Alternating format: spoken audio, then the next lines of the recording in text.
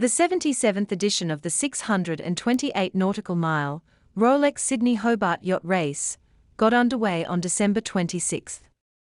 A fleet of 109 yachts enjoyed blue skies and a 10 to 15 knot north to northeasterly breeze that strengthened once out of Sydney Harbour, allowing teams to hoist their spinnakers and deliver a fantastic sight. A relentless examination of determination and endeavour, evoking the true spirit of sailing. Returning this year for its 77th edition, an ocean race like no other, the Rolex Sydney Hobart Yacht Race 2022. A spectacular Sydney Harbour greeted 109 yachts and their sailing teams, who are preparing to push the limits on the 628 nautical mile journey down the east coast of New South Wales and across the unpredictable Bass Strait to Tasmania. More than anything, the Rolex Sydney Hobart's an adventure. It's about 630 odd nautical miles of challenging conditions. It's about friendships that you form and you carry on for years. It's a cornerstone of yachting. As is tradition, the start gun sounded at 1 p.m. and the fleet set off on the Great Race South. Renowned for its exciting starts, this year certainly did not disappoint. The 100-foot Maxis duelled for the lead in an incredibly tight battle, which resulted in penalty turns for both Andu Comanche and Hamilton Island Wild Oats, leaving Law Connect to take bragging rights as the first yacht through the Sydney Harbour heads. Whilst the prevailing weather system augurs well for the larger boats, who will enjoy a fast run to Hobart, the smaller yachts face a potentially greater challenge in the race for overall victory and the coveted Tattersall Cup. A forecast shift in weather in the second half of the race threatens some testing conditions. I'm really hoping that we get there before the southwesterly or southerly breeze arrives and we have to beat in 40 knots. That would be unpleasant. After weeks of preparation, simply crossing the start line is considered a success, despite it marking the beginning of an even more intense and demanding chapter that only ends crossing the finish line in Hobart. Join us again for more updates from the Rolex Sydney Hobart Yacht Race.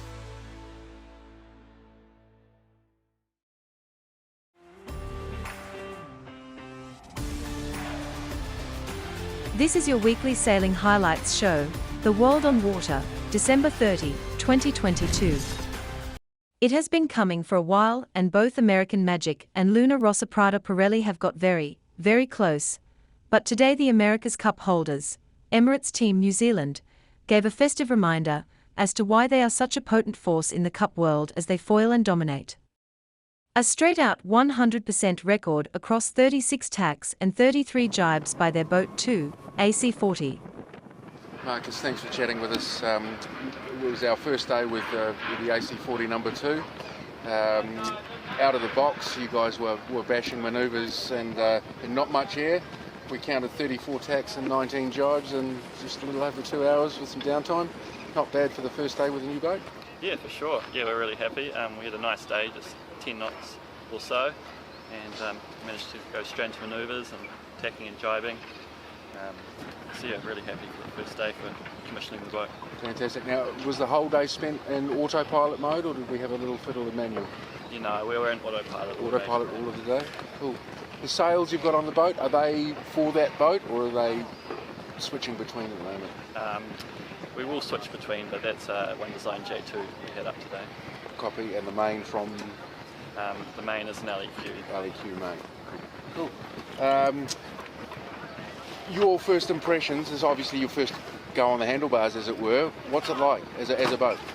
No, it's pretty amazing. You're just fiddling with a few dials and buttons.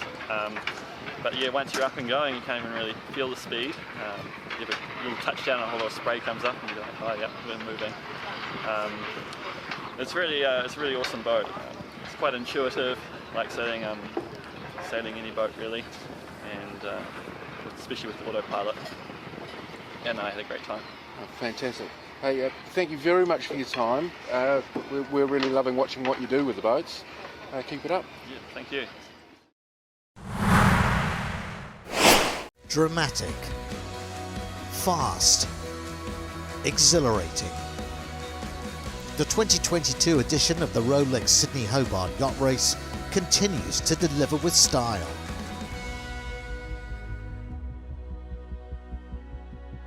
Overnight and throughout the second day, the fleet has enjoyed the thrill of some exceptional downwind open ocean sailing, as they push on down the eastern seaboard of Australia towards Tasmania and the finish line in Hobart. A sustained tailwind, expected to build into the evening, has ensured an intense battle in the pursuit of the Tattersall Cup, awarded to the overall winner. For the 4 100-foot maxes led by Andu Comanche, but all intent on being first to the finish, the wind direction and strength has kept them tantalisingly close to race record pace. While that time may now be out of reach, the quartet looks set to converge at Tasman Island just after dark. The stage is set for an exciting line honours finish in the historical city of Hobart. Join us again for more race updates from the Rolex Sydney Hobart Yacht Race.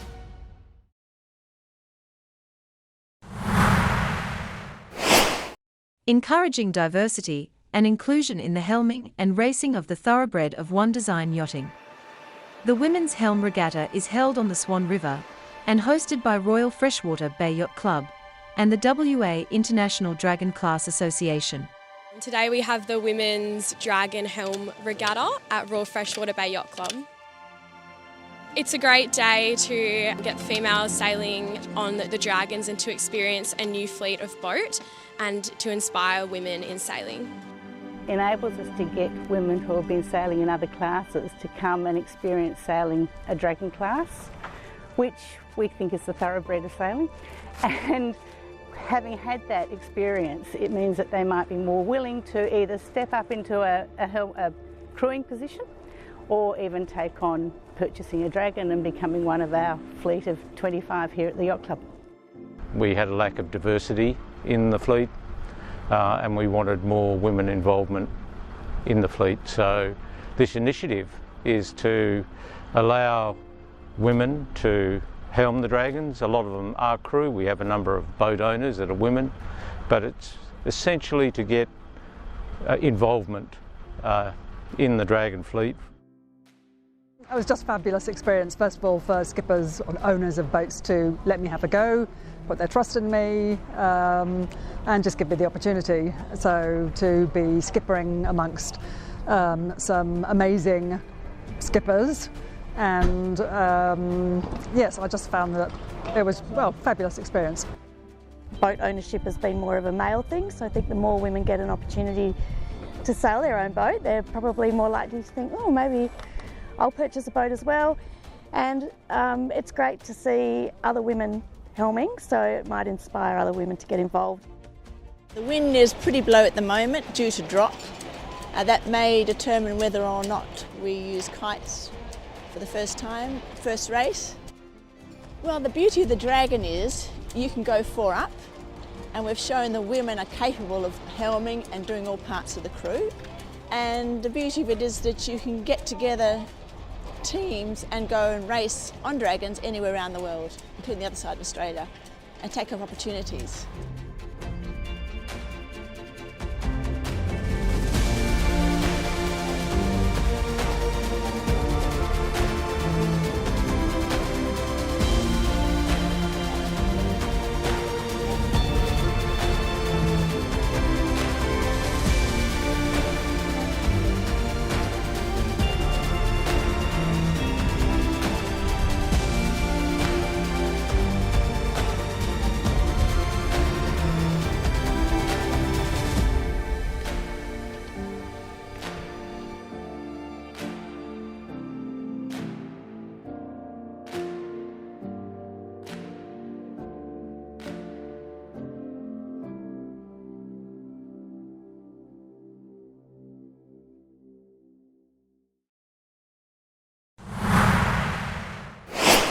Spectacular. Just before 1 a.m. on Intense. Wednesday, the 28th of December, The Andu first of two Comanche was the champions first yacht to emerge cross the as finish line line of the honours is 2022 decided Rolex in the Sydney Hobart 77th Yacht edition Race, of the Rolex Sydney stopping the Hobart clock Yacht at Race. AM 56.48. The Ahead of the 100-foot race, maxi the contest completed the between nautical 4 mile course immaculately in a time prepared of 1 and day, professionally 11 crewed hours, 56 100-foot minutes, maxes 48 to be the seconds. first boat to finish It was an was impressive highly achievement anticipated, against committed with all opposition, 4 skippers not just for the determined crew, to come out but on the boat top. itself.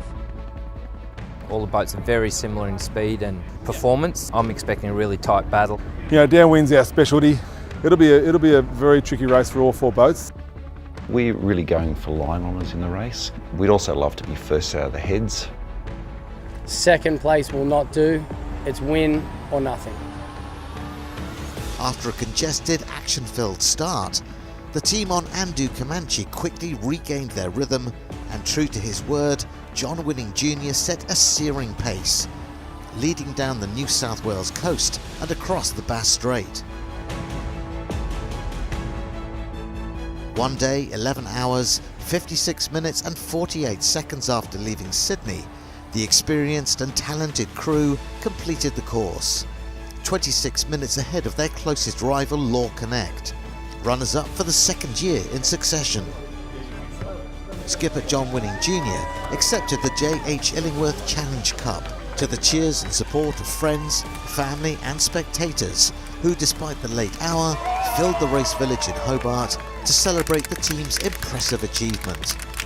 Since getting the boat, we just set our expectations on this race as the Everest of what we can achieve. Just amazing to be able to do it with my dad, with my friends, and obviously the icing on the cake of an amazing year. Meanwhile, the race for the overall victory and the coveted Tattersall Cup continues to develop as the remainder of the fleet presses south in this enthralling challenge. Join us again for more updates from the Rolex Sydney Hobart Yacht Race.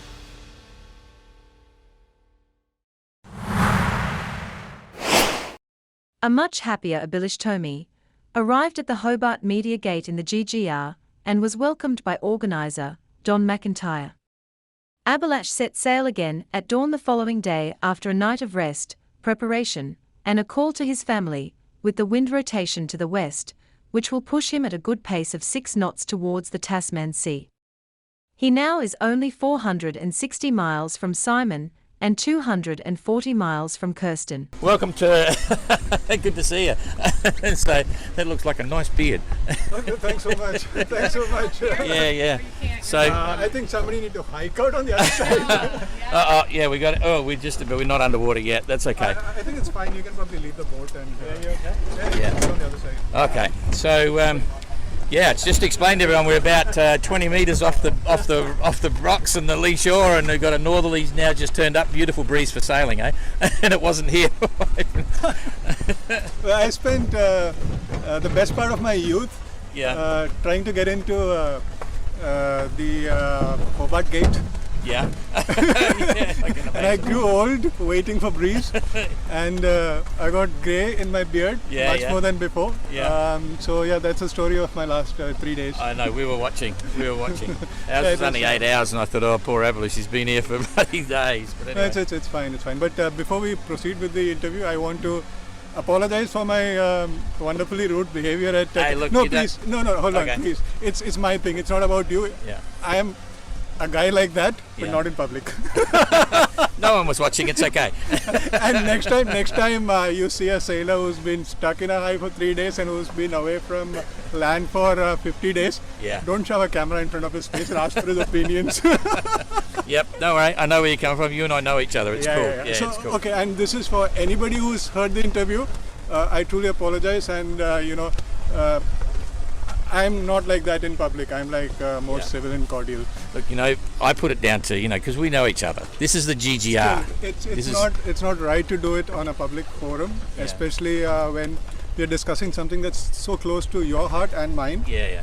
Because we both represent either side of GGR. You're that really mad chap who's trying to change sailing forever by introducing this sort of a race, and we are the other side where we are the mad guys who are going and doing it. So we should ideally be supporting, not putting across a point in such a way in a public forum. Yeah, but Jane, put on me. the reality is, I'm the first one to know that the GGR is a mind game, and it's really tough, you know. It's really so. I appreciate what you're saying, and it's worse than before. In the sense, 2018 there was no problem because we were getting updates from home. Yeah. Like I get one message from my wife, one voice message or text message. Even if it's like asking for some detail, I know things are fine. Yeah. And the fact is that when I'm at sea, I don't stop being a father or a husband, and I'm worried about home. And this time there's no news. But like I tell everybody, I know about the coup in Burkina Faso. I know about the male contraception drive in Uganda. I don't know what's happening at my own home. Yeah, part of the GGR, anyway. But it's Let's talk about the GGR. Okay, if you want to scratch a wound, let's start. No. I mean your sailing experience. You know, forget about the GGR. You've just sailed from Cape Town to here, right? And what's your impressions? You know, what's going on in your head? Because just talk to us about. Okay, this first point is congratulations because you got the timing really right. Yeah. The front of the fleet, I think, has had some blows, but it's not like 2018 where it was spring, and we had systems where you couldn't go south, you couldn't go north, you couldn't wait it out, you couldn't just do anything. But here we have some regularity in the. We got some regularity in the system, so I believe. You're not allowed to touch the boat. You're not allowed to touch the boat. It's a $5,000 fine. Huh? Oh, gee, what happened? Someone's complaining about the drone, but anyway, that's fine. That's life. It's live. Yeah. So I mean, I think that's one thing that really got right. Yes. Congratulations on that. Yeah. So that's one thing. And second is personally for me, I think.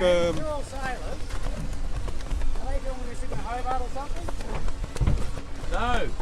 It's a solo around the world yacht race. It's all under permit. It's all okay. Huh? This is all under permit. It's all okay. It's a solo around the world yacht race. Okay? Yeah. Yeah. It's all. Yeah. So anyway, they think you're Sydney Hobart. You're first one in. First one in for the Sydney Hobart. Yeah, I'm the winner of the Sydney Hobart. Anyway. Right. So. I'll tell you what, I mean, this boat has a history, it's not cross Cape Town. Yeah.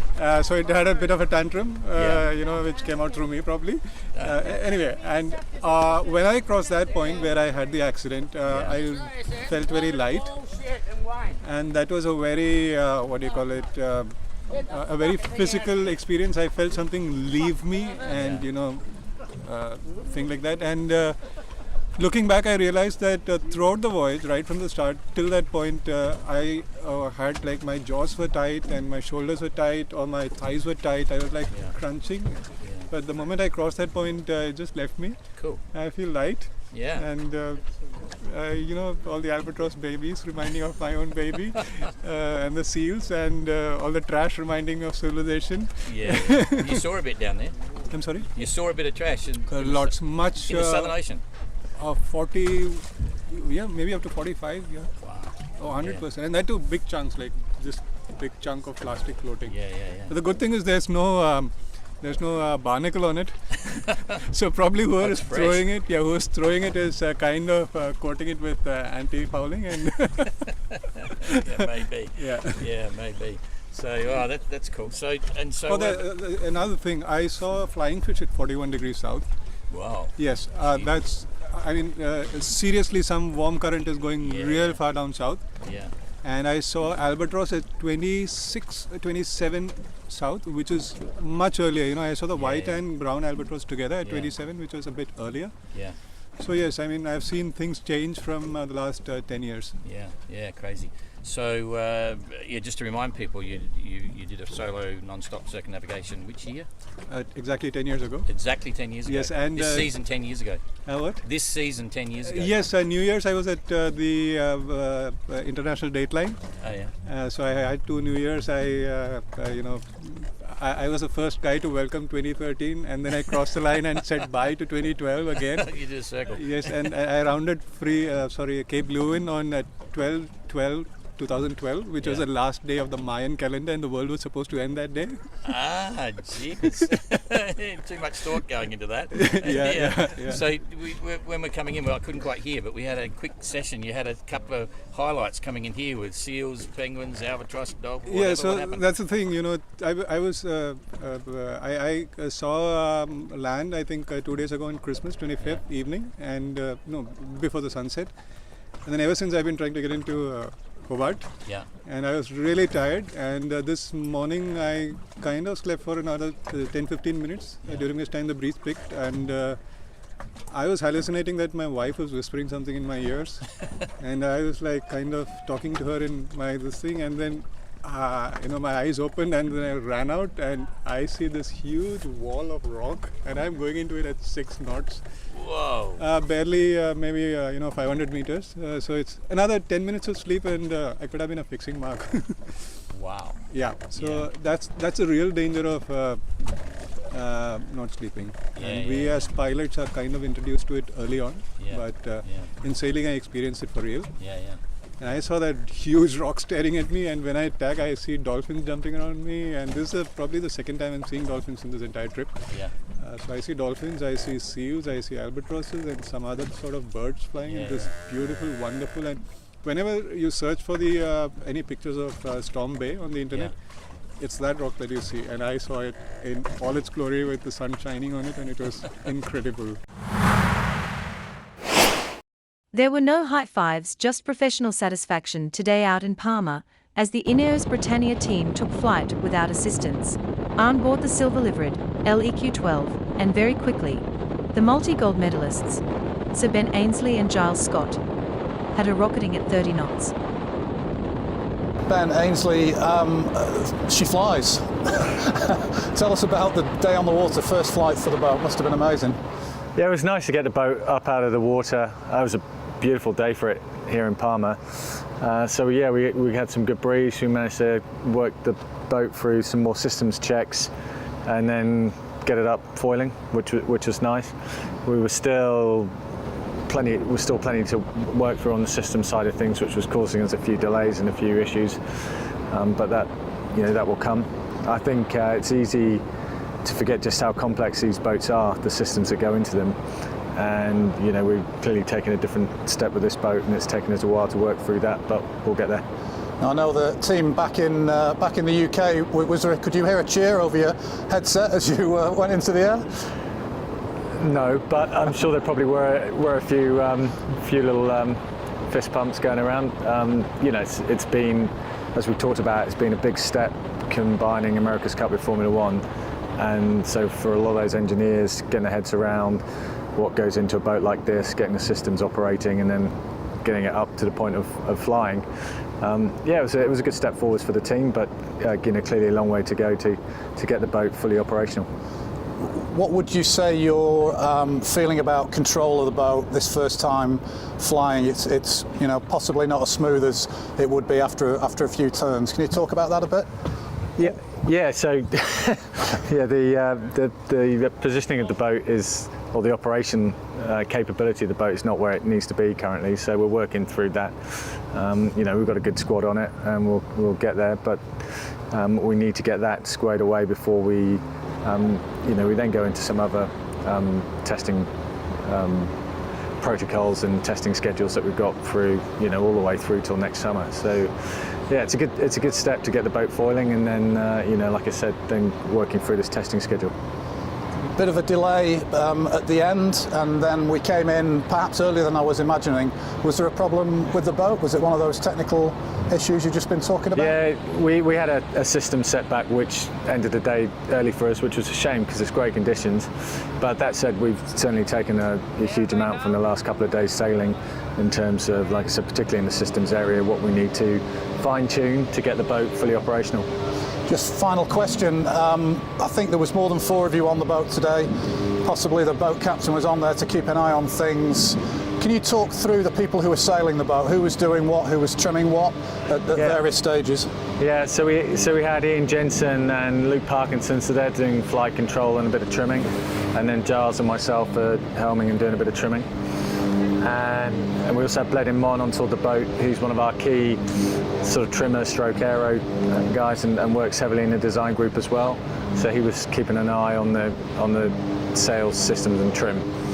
So it's nice if we can to take a fifth person on board the boat just to give feedback to the technical group, and also keep an eye out, especially these early days with the boat, keep an eye out, see if there's anything that's potentially causing us an issue that because we're heads down sailing the boat we potentially missed. So yeah, it was a good squad, and we've got a great sailing squad here, so we'll start rotating sailors around a bit now that we're up and running. If the boat can be ready for tomorrow, will you go again tomorrow? Yeah, I think we're probably, most likely we won't sail tomorrow, so that's probably the end of our sailing, going into the Christmas period. But big job list to work on, and like I say, take the boat to the next step and starting to get manoeuvres in and moving forwards. Well, a nice early Christmas present.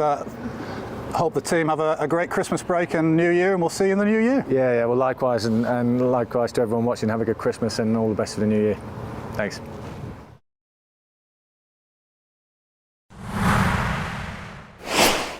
Team Malaysia have released their official trailer for the upcoming edition of the Ocean Race.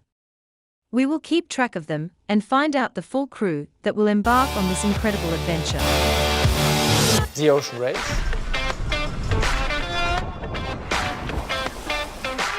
Starting Alicante, Spain, 15th of January 2023.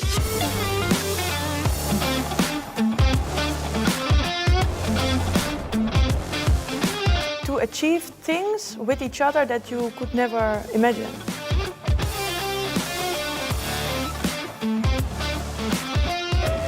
Team Adventure. Adventure of a lifetime.